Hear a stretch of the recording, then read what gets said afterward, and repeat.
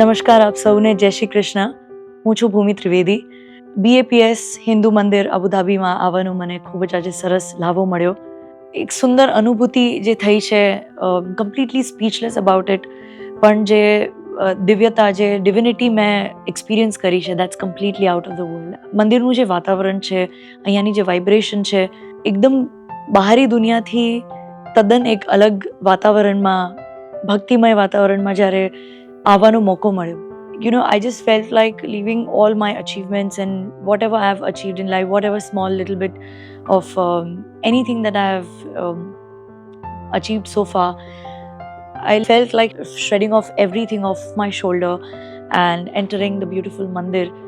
Message રૂપી એટલી બધી વસ્તુઓ અહીંયા આગળ હાજર છે આપણી સમક્ષ કે દુનિયાના એક પણ ખૂણે જવાની જરૂર નથી લાગતી જ્યારે આપણને કાઇન્ડનેસ શીખવી હોય કે ફોરગિવનેસ શીખવી હોય કે હ્યુમેનિટી શીખવી હોય. Theirs everything. ઘણા બધા આપણા જે રિચ્યુઅલ્સ છે, ઘણા બધા આપણા બિલીફ સિસ્ટમ છે, એ બધાને એકસાથે ઇન્કોર્પોરેટ કરીને એક યુનિટી, પીસ અને લવનો મેસેજ જે આપણને આપ્યો છે, તે એક સાથે હું એક કહેવાય ને કે એક સુંદર પોટલું વાળીને હું લઈ જાઉં છું મારી સાથે ખભા ઉપર. And I am going to cherish it all my life.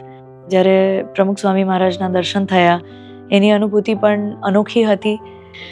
ગંગાજીની આરતી જ્યારે પ્લે થઈ, van there was so much of auspiciousness in the air, I could feel. અને ખરેખરમાં એવું જ અનુભવ થયો જાણે હું ખરેખર ગંગાજીની સામે હું એમની આરતી કરી રહી છું.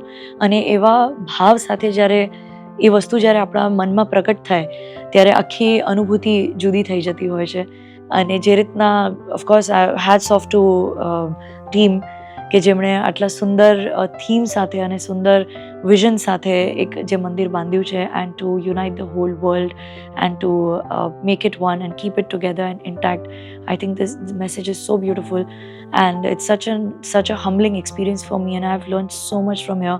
I may not be able to say everything that's there in my heart, but I think I'm going to just live it through all my life.